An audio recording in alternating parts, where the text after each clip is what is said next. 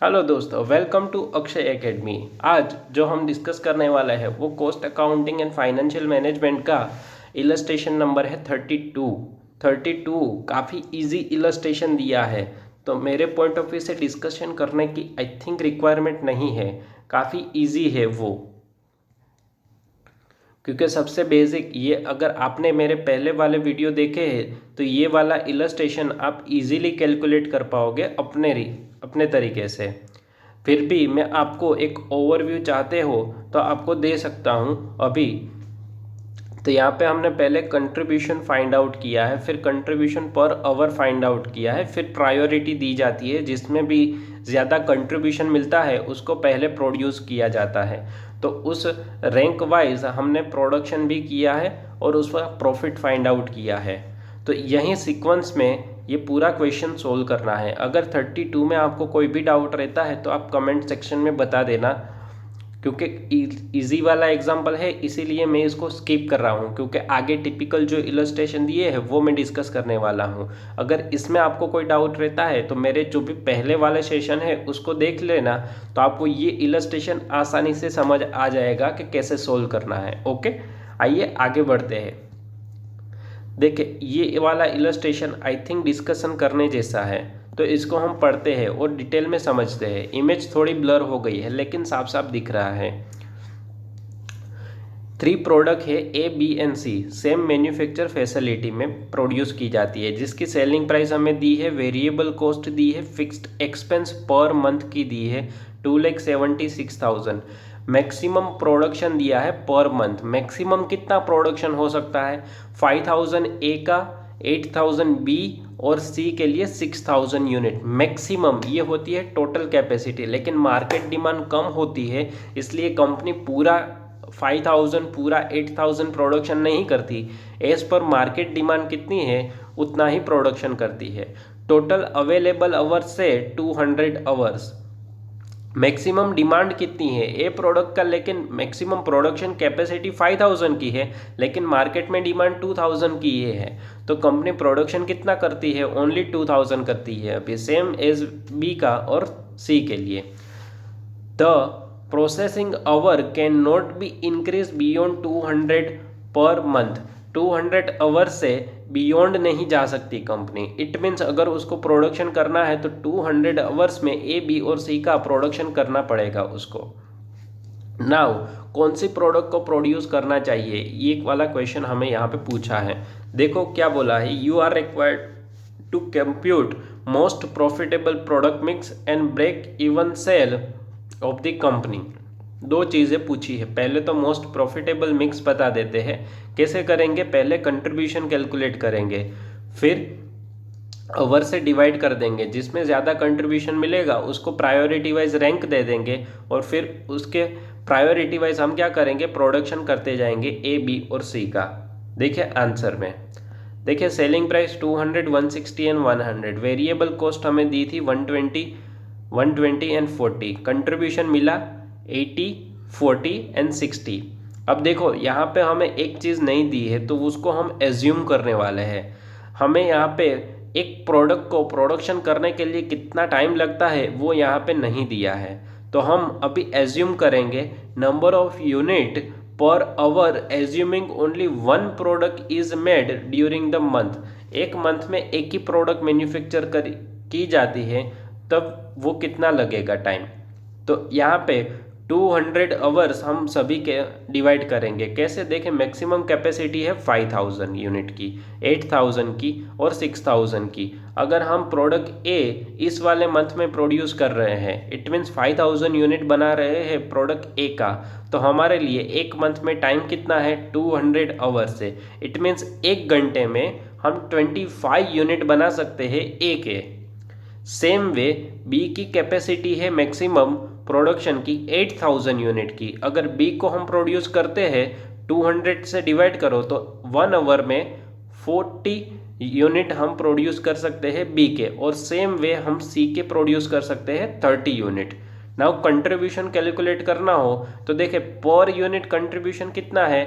80, 40 and 60 है, और unit कितने आए, एक घंटे में 25, 40 एंड 30 यूनिट। तो मल्टीप्लाई कर दो 25 इंटू 80, 2000 रुपीज़ एक घंटे का कंट्रीब्यूशन हमें देखना हो पर आवर का, तो कितना आएगा, ए का मिलेगा हमें 2000, बी के लिए 1600 और सी के लिए होगा 1800।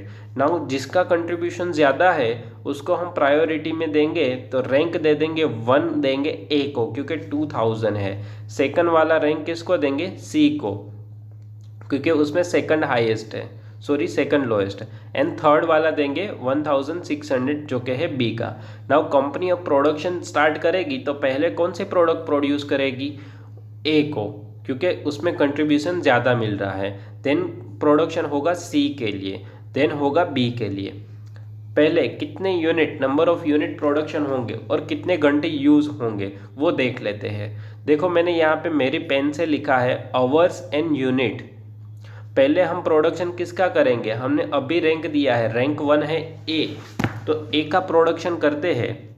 तो देखिए एक घंटे में कितने यूनिट बनते थे, जस्ट अभी हमने फाइंड आउट किया, पर आवर में अगर प्रोडक्शन करते हैं तो 25 यूनिट प्रोडक्शन होता है।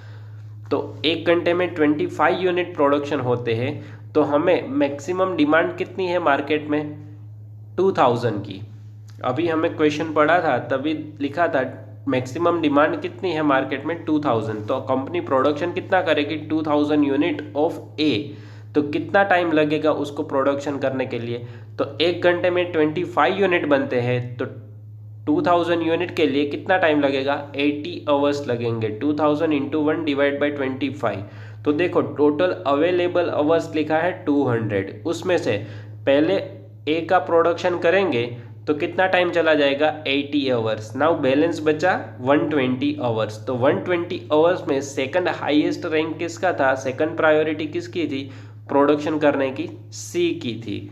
तो उसके एक घंटे में 30 यूनिट बनते हैं, तो उसकी डिमांड कितनी थी मार्केट में, 2400 थी। तो उसके लिए भी कितना टाइम चला जाएगा, 80 आवर्स। तो 120 में से रिमेनिंग 80 आवर्स किसके लिए जाएंगे, प्रोडक्ट सी को प्रोड्यूस करने के लिए। और रिमेनिंग जो भी बचा टाइम 40 आवर्स वो प्रोडक्शन करेंगे हम किसका, बी प्रोडक्ट का। एक घंटे में कितने यूनिट बनते थे बी के, तो यहाँ पे लिखा है 40 यूनिट। तो 40 इंटू 40 कर देंगे तो यूनिट कितना प्रोडक्शन होगा, 1600। तो यहाँ पे हमें यूनिट भी मिल गया और आवर्स को भी हमने बाइफरगेट कर दिया, 80, 80 एंड 40। तो देखो मैंने पहले लिखा है, सॉरी मॉड्यूल में देखे लिखा है नंबर ऑफ यूनिट 2000, 1600 एंड 2400 जो नीचे हमने कैलकुलेट किए हैं। सेल कितना आ जाएगा, तो यूनिट इनटू सेलिंग प्राइस से मल्टीप्लाई कर देंगे, जो ऊपर 200, 160 एंड 100 है उससे। तो टोटल कंट्रीब्यूशन कितना मिलेगा, तो ऊपर हमने दे दिया था कितना कंट्रीब्यूशन था, 80, 40 एंड 60। तो 2000 यूनिट थे, इंटू डायरेक्टली 80 कर दो, 1600 को इंटू कर दो 40 से, और 2400 को इंटू कर देंगे 60 से, तो डायरेक्टली कंट्रीब्यूशन मिल जाएगा। टोटल कंट्रीब्यूशन देखो मिल गया हमें 3,68,000। फिक्स्ड कॉस्ट हमें बोला था 2,76,000। देखो यहाँ पे लिखा है फिक्स्ड एक्सपेंस मंथ की 276। तो प्रॉफिट कितना मिला, 92,000। ये हमारा पहला आंसर हो गया। प्रॉफिटेबल मिक्स, कैसे कैसे प्रोडक्शन करना चाहिए, कौन से प्रोडक्ट मिक्स का, मीन्स पहले ए का, फिर हमने देखा सी के लिए और फिर बी को प्रोडक्शन करना चाहिए, क्योंकि सबसे ज़्यादा प्रॉफिट किस में मिलता था, ए में, फिर सी में, देन हमने देखा बी का। नाउ सेकंड पूछा था ब्रेक इवन पॉइंट। तो ब्रेक इवन पॉइंट यहाँ पे कैलकुलेट किया है ब्रेक इवन सेल। तो इसको हम दो तरीके से कर सकते हैं। यहाँ पे जो फॉर्मूला दी है वो भी सही है, और हम पहले पीवी रेशियो करें calculate, then fixed cost divide by PV ratio करें तो भी सेम आंसर आएगा। तो ब्रेक इवन पॉइंट की एक फॉर्मूला क्या है, fixed cost upon PV ratio. तो पीवी रेशियो कैलकुलेट करेंगे, कैसे आता है, कंट्रीब्यूशन अपॉन सेल इनटू 100। तो 3,68,000 कंट्रीब्यूशन है, 8,96,000 सेल्स है, तो इंटू 100 कर देंगे तो 41.07% आ जाएगा PV ratio. Then fixed cost को पीवी रेशियो से डिवाइड कर देंगे तो आंसर आपका रहेगा 6,72,000। ओके, तो ये था आपका ब्रेक इवन पॉइंट। दोनों चीज़ें मैंने आपको डिटेल में एक्सप्लेन कर दी, ये वाले इलस्ट्रेशन नंबर 33 की। आइए आगे बढ़ते हैं। आगे इलस्ट्रेशन नंबर 34 दे दिया है जो कि काफ़ी इजी है। यहाँ पे वेरिएबल कॉस्ट 14 दी, फिक्स्ड कॉस्ट हमें 2 रुपीज़ दी, तो टोटल कॉस्ट कितनी हो गई 16 रुपये, और प्रॉफिट हमें बोला कॉस्ट का 15%, तो 2.4 क्या हो गया प्रॉफिट, तो टोटल कर दो तो सेलिंग प्राइस मिल गई। अब हमें माइनर पीवी रेशियो क्या होगा, ब्रेक इवन क्या होगा, और सेलिंग प्राइस कम हो गई तो ब्रेक इवन और पीवी रेशियो क्या होगा। जो कॉमन क्वेश्चन हमने आगे डिस्कशन किए थे वैसा ही ये सेम वाला क्वेश्चन है, तो इसको अभी हम डिस्कस नहीं करने वाले हैं 34 को। 35 वाला क्वेश्चन काफ़ी अच्छा है, तो इसको हम डिटेल में डिस्कस करते हैं। देखो, Vinayak limited which produce 3 product furnishing the following information 15-16, selling price दे दी हमें 100, 75 and 50। Profit volume ratio, it means profit PV ratio हमें दे दिया 10%, 20% and 40%। Maximum sale potential unit, maximum हम 40,000, 25,000 एंड 10,000 यूनिट सेल कर सकते हैं। Raw material content as a variable cost, percentage of variable cost 50, 50, 50, it means variable cost अगर 100 है तो 50 रुपीज़ क्या होगा मटेरियल की कॉस्ट। देन हमें फिक्स्ड एक्सपेंस दिया एडिशनल इंफॉर्मेशन में 6,80,000। The company use single raw material in all the 3 products, it means एक ही रॉ मटेरियल से 3 ए बी और सी तीनों प्रोडक्ट प्रोड्यूस होती है। Raw material in short supply, it means यहाँ पे हमें लिमिटिंग फैक्टर वाला क्वेश्चन है, और लिमिटिंग फैक्टर क्या है रॉ मटेरियल है। The company has a quota the supply of raw material, the value is 18 lakh. अब जनरली हमें यहाँ पे दिया है 18 लाख रुपए का रॉ मटेरियल मिल सकता है। इसके आगे वाले क्वेश्चन में शॉर्ट सप्लाई थी तो यहाँ पे हमें रॉ मटेरियल की क्वांटिटी बताते थे 80,000 kg, 20,000 kg, लेकिन यहाँ पे अमाउंट में दिया है तो हम अमाउंट में सारी कैलकुलेशन करेंगे, कंट्रीब्यूशन भी अमाउंट में करेंगे और पर कंट्रीब्यूशन पर रॉ मटेरियल केजी वो भी हम अमाउंट में देखेंगे। Okay, you are required to set a production mix which maximum overall profit keeping in a short supply of raw material in view, compute the maximum profit। दो चीज़ें calculate करने के लिए बोलिए, 1 by 1 कैलकुलेट करेंगे। सबसे पहले कंट्रीब्यूशन कैलकुलेट करते हैं, कैसे आएगा selling price into PV ratio करते हैं तो हमें क्या मिलता है कंट्रीब्यूशन, आगे बेसिक वाले लेक्चर में हमने देखा था। ओके, तो 100 इंटू 10% तो कंट्रीब्यूशन रहेगा 10, 75 into 20%, 15 rupees is a contribution, 50 का 40% कर दो तो कंट्रीब्यूशन कितना रहेगा 20 रुपीज़। तो यहाँ पे देखो आंसर में कंट्रीब्यूशन फाइंड आउट कर लिया। वेरिएबल कॉस्ट कैसे आती है, पहले होता है सेल्स लेस वेरिएबल कॉस्ट, हमें मिलता है कंट्रीब्यूशन, लेकिन यहाँ पे सेल्स और कंट्रीब्यूशन मिल गया है तो उसका जो भी डिफरेंस होगा वो क्या मिलेगी हमें वेरिएबल कॉस्ट। तो 100 में से 10 माइनस करो 90 रुपीज़ वेरिएबल कॉस्ट, 75 में से 15 माइनस करो 60 rupees is variable cost, and 50 minus 20 कर देते हैं तो 30 rupees is variable cost. Raw material cost के लिए अभी बोला वेरिएबल कॉस्ट का कितना 50%, तो वेरिएबल कॉस्ट मिली 90, 60 एंड 30, उसका 50% कर दो रॉ मटेरियल की कॉस्ट मिल जाएगी 45, 30 एंड 15। इट मीन्स अगर प्रोडक्ट ए प्रोड्यूस करनी है तो 45 रुपीज़ का रॉ मटेरियल चाहिए, अगर प्रोडक्ट बी का प्रोडक्शन करना है तो 30 रुपीज़ का रॉ मटेरियल चाहिए, अगर प्रोडक्ट सी को प्रोड्यूस करना है तो 15 रुपये का रॉ मटेरियल चाहिए। सेम टाइप का कंट्रीब्यूशन पर रुपी, 1 रुपये में कंट्रीब्यूशन कितना मिलेगा, तो 10 रुपीज़ कंट्रीब्यूशन है डिवाइड बाई 45 कर दो, तो अगर एक प्रोडक्ट को प्रोड्यूस करते हैं तो 0.22 मिलेगा, और बी के लिए 0.50 एंड 1.33। नाउ प्रायोरिटी हम सेट करेंगे, ज़्यादा कंट्रीब्यूशन जिसमें मिला उसको पहले प्रोड्यूस करेंगे, तो यहाँ पे मिला कंट्रीब्यूशन ज़्यादा किस में सी प्रोडक्ट में, सी में कितना है 1.33, देन बी को एंड देन ए को प्रोडक्शन करेंगे। ओके, नाउ पहले देखो एडिशनल इंफॉर्मेशन में कैलकुलेट किए हैं नंबर ऑफ यूनिट और उसकी अमाउंट को। देखो अवेलेबल मटेरियल कितने रुपए का था 18 लाख रुपए का हमें अवेलेबल मटेरियल है, केजी में नहीं दिया है अमाउंट में इंफॉर्मेशन दी है, तो 18 लाख रुपए क्या है अवेलेबल रॉ मटेरियल है। पहले प्रोडक्शन करेंगे प्रोडक्ट सी के लिए, तो सी को प्रोडक्शन करने के लिए कितने यूनिट थे उसके, 10,000 यूनिट थे। मैक्सिमम प्रोडक्शन कितना था, मैक्सिमम सेल पोटेंशियल 10,000 यूनिट। तो 10,000 इंटू उसके लिए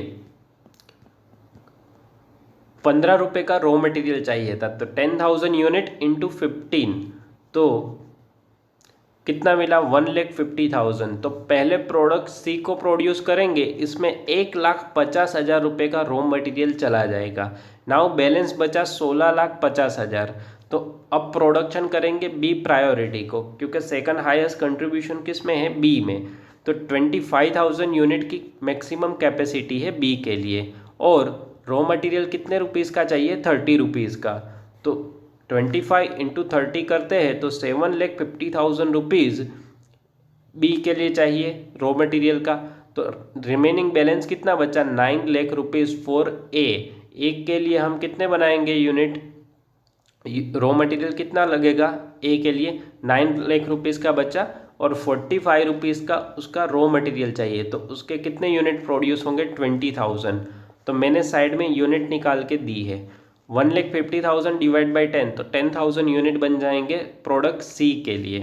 फिर 7,50,000 डिवाइड बाई 30 रुपीज़ कर देते हैं, तो 25,000 यूनिट बनेंगे बी के, और ए के कितने यूनिट बनेंगे, 20,000। तो ऊपर हमने पहले यूनिट लिख दिए, फिर कंट्रीब्यूशन पर यूनिट कितना था, 10 रुपये, 15 रुपये, और कितना था देखो आपको दिखा देता हूँ, 10, 15 और 20। यहाँ पे एक प्रिंट मिस्टेक है, जो 10, 15 और 20,000 लिखा है वहाँ पे 3 जीरो निकाल देने हैं, क्योंकि वो प्रिंटिंग गलत हो गया है, वहाँ पे 20 रुपीज़ है। तो कंट्रीब्यूशन टोटल कितना मिला, 2,03,75,000 एंड 2 लाख रुपीज़। तो टोटल कंट्रीब्यूशन हो गया 7,75,000। लेस कर देते हैं फिक्स्ड कॉस्ट 6,80,000 को, तो हमें प्रॉफिट मिलेगा 95,000। तो ये था क्वेश्चन लिमिटिंग फैक्टर। अगर रॉ मटेरियल केजी की बजाय अमाउंट में दिया हो तो हम कैसे कैलकुलेट करते हैं वो। तो ये था पूरा 35 नंबर का। इसके बाद है 36 वाला क्वेश्चन।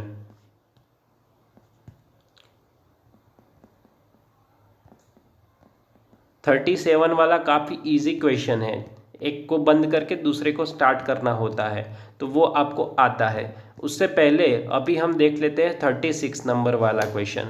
दिखने में टफ लगेगा लेकिन है बहुत इजी वाला क्वेश्चन, जल्दी से देख लेंगे, फटाफट स्क्रीन पे ध्यान देना। A review made by top management of sweet and struggle limited which makes only one product of result in two first quarter the year relevant the following। एक यहाँ पे क्वार्टर की इंफॉर्मेशन दी है, सेल्स इन यूनिट दिए है 10,000। अगर 10,000 unit cell किए हैं तो उसको लॉस हो रहा है 10,000 रुपीज़ का। फिक्स्ड कॉस्ट पूरे साल की है 1,20,000, लेकिन एक क्वार्टर की देखे तो कितना होगा, 30,000 दिया है। वेरिएबल कॉस्ट पर यूनिट दिया है 8 रुपये। अब यहाँ पे 3 सजेशन है, इस लॉस को अगर रिमूव करना हो, रेक्टिफाई करना हो, कम करना हो, तो उसके लिए 3 सजेशन अलग अलग बंदे ने दिए हैं। कौन कौन से हैं, पहला है finance manager. Finance manager who feels to persuade suggest that the company should at least break even in a second quarter.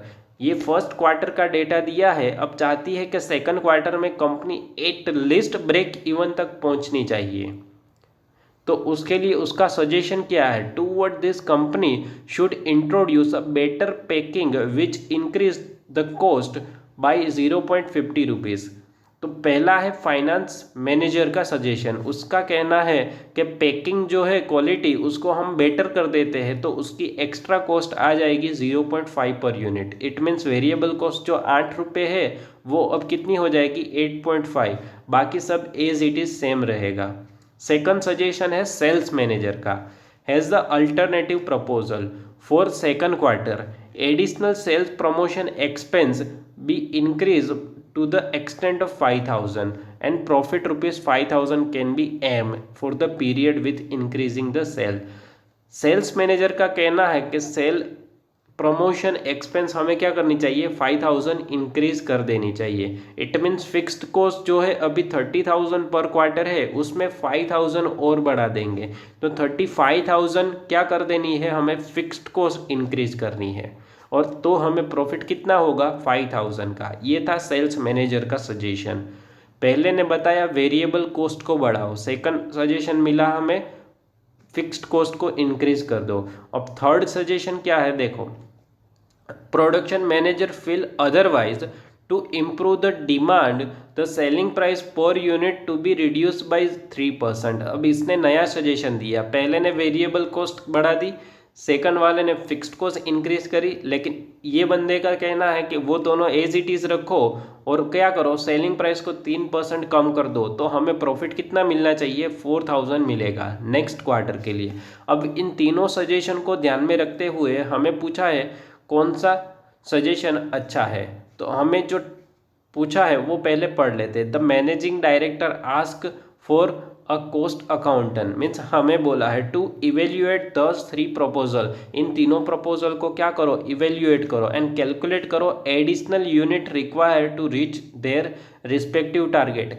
Additional unit कितने सेल करने पड़ेंगे इन तीनों टारगेट को अगर हम कंप्लीट करते हैं तो पहले कंप्यूट कर लेते हैं क्या प्रेजेंट सिचुएशन है, उसमें प्रॉफिट और लॉस को कैलकुलेट कर लेते हैं। देखिए पहले हमें बोला 10,000 यूनिट पे वेरिएबल कॉस्ट है 8 रुपये, तो वेरिएबल कॉस्ट कितनी हो गई 80,000, फिक्स्ड कॉस्ट कितनी है 30,000, क्वार्टरली लिखा है 30,000 क्वार्टरली, टोटल कॉस्ट कितनी है 1,10,000, दोनों का टोटल। अब ऊपर बोला था हमें लॉस हो रहा है कितने रुपीज़ का, 10,000 का, तो लॉस माइनस कर दे तो सेल कितना हो रहा है 1,00,000 रुपीज़ का। अगर सेल्स हो रहा है तो 1,10,000 टोटल कॉस्ट आ रही है, तो 10,000 का लॉस आ रहा है, तो it is a present situation. अगर मैं पूछूं सेलिंग प्राइस कितनी है, तो 1,00,000 का सेल है, डिवाइड बाई 10,000 से करो तो 10 rupees is our selling price. Now अब तीनों प्रपोजल को हम इवेल्युएट करते हैं। देखो यहाँ पे शॉर्ट फॉर्म लिखा है, फाइनेंस मैनेजर वाला है फर्स्ट, सेकंड है सेल्स मैनेजर एंड थर्ड है प्रोडक्शन मैनेजर का। पहले देखते हैं सेलिंग प्राइस। फाइनेंस मैनेजर का कहना है सेलिंग प्राइस में कोई चेंज नहीं, सेल्स मैनेजर भी सेलिंग प्राइस में कोई चेंज नहीं, लेकिन प्रोडक्शन मैनेजमेंट में क्या कहा था 3% कम कर दो, तो 9 पॉइंट समथिंग आ गई हमारी, 9.7 is our selling price for the view point of production manager. Second है वेरिएबल कॉस्ट लेस होगी, वेरिएबल कॉस्ट के लिए सेल्स मैनेजर और प्रोडक्शन मैनेजर कोई चेंज नहीं बोलते हैं, लेकिन फाइनेंस मैनेजमेंट वाले ने क्या कहा था पेकिंग एक्सपेंस 0.5 बढ़ा दो, तो यहाँ पे 8 की बजाय क्या हो गई 8.5, तो कंट्रीब्यूशन मिला 1.5, 2 रुपीज़ एंड 1.7, ये था कंट्रीब्यूशन। नाउ लेस कर देते हैं fixed cost, sorry fixed cost कितनी थी 30,000 थी, फाइनेंस मैनेजर कोई इंक्रीज नहीं करता, लेकिन सेल्स मैनेजर था उसने क्या बोला था सेल्स प्रमोशन एक्सपेंस 5,000 इंक्रीज कर दो, तो 30 के बजाय फिक्स्ड कॉस्ट कितनी चली जाएगी 35,000 हो जाएगी। एंड प्रोडक्शन मैनेजर वाला तो कुछ नहीं बोलता, उसने तो अपनी सेलिंग प्राइस कम करी है, तो 30,000 as it is fix cost. Now पहले का टारगेट क्या था, मीन्स फाइनेंस मैनेजर का था टारगेट कि ओनली हमें क्या चाहिए बीईपी लेवल तक ही जाना है, तो बीईपी कैसे कैलकुलेट होता है fixed cost divide by contribution per unit, तो 30,000 डिवाइड बाई 1.5, तो 20,000 यूनिट आ जाएंगे। तो हमें पहले 10,000 यूनिट फर्स्ट क्वार्टर में सेल करते थे, अब हमें बीईपी तक पहुंचना हो नेक्स्ट क्वार्टर में, as per the suggestion of finance manager to increase the variable cost 0.5, तो हमें एडिशनल यूनिट सेल करने पड़ेंगे 10,000 rupees as per first suggestion. Now second suggestion में हमें था 5,000 सेल्स प्रमोशन एक्सपेंस इंक्रीज कर दो, तो प्रॉफिट कितना डिज़ायर किया है 5,000 का, तो सेल्स यूनिट फाइंड आउट करने हैं, तो इससे आगे लेक्चर में मैंने बताया है डिज़ायर सेल्स की फॉर्मूला क्या थी fixed cost plus profit divide by contribution per unit, तो फिक्स्ड कॉस्ट है 35,000 प्लस कर देंगे डिज़ायर प्रॉफिट है 5,000 का, डिवाइड कर देते हैं 2 से, तो 20,000 यूनिट आ गए आंसर। सेल्स मैनेजर के हिसाब से अगर उसका सजेशन हम इम्प्लीमेंट करते हैं तो हमें प्रॉफिट मिलेगा 5,000 और एडिशनल यूनिट हमें कितने सेल करने पड़ेंगे 10,000 unit. Now third production production manager का क्या कहना था, उसका टारगेट क्या था कि 4000 प्रॉफिट चाहिए था, तो 30,000 fixed cost plus profit 4000 divide by contribution per unit, तो उसका भी आंसर आया 20,000 यूनिट। तो उसको भी एडिशनल सेल करना हो तो 10,000 यूनिट नेक्स्ट क्वार्टर में एडिशनल बेचना चाहिए। अब इन तीनों सजेशन से हमें सजेशन नहीं मांगा है, हमें खाली ये टारगेट बोला था कि कैलकुलेट करो कि टारगेटेड यूनिट कितने होंगे, तो 10,000 10,000 10,000। अगर कोई भी सजेशन इम्प्लीमेंट करते हैं तो 10,000 यूनिट एडिशनल सेल करने पड़ेंगे हमें। लेकिन प्रॉफिट ज़्यादा किस में मिलेगा, सेल्स मैनेजर का जो सजेशन है उसको अगर इम्प्लीमेंट करते हैं तो हमें प्रॉफिट मिलेगा 5,000, लेकिन फिक्स्ड कॉस्ट 5,000 से बढ़ जाएगी। अगर फाइनेंस मैनेजर का सजेशन लेते हैं तो प्रॉफिट कुछ नहीं होगा और वेरिएबल कॉस्ट 0.5 रुपीज़ से बढ़ जाएगी। तो बेटर सजेशन मेरे पॉइंट ऑफ व्यू से प्रोडक्शन मैनेजर का है कि आप क्या करो, सेलिंग प्राइस कम कर दो तो आपकी फिक्स्ड कॉस्ट भी एज इट इज़ रहेगी और वेरिएबल कॉस्ट भी एज इट इज़ रहेगी, तो आपको प्रॉफिट कितना मिलेगा 4,000 का। ओके, और 37 वाला इलस्ट्रेशन काफ़ी इजी है तो इसको हम नहीं डिस्कस करने वाले हैं। तो आज के लेक्चर के लिए इतना ही। Thank you for watching.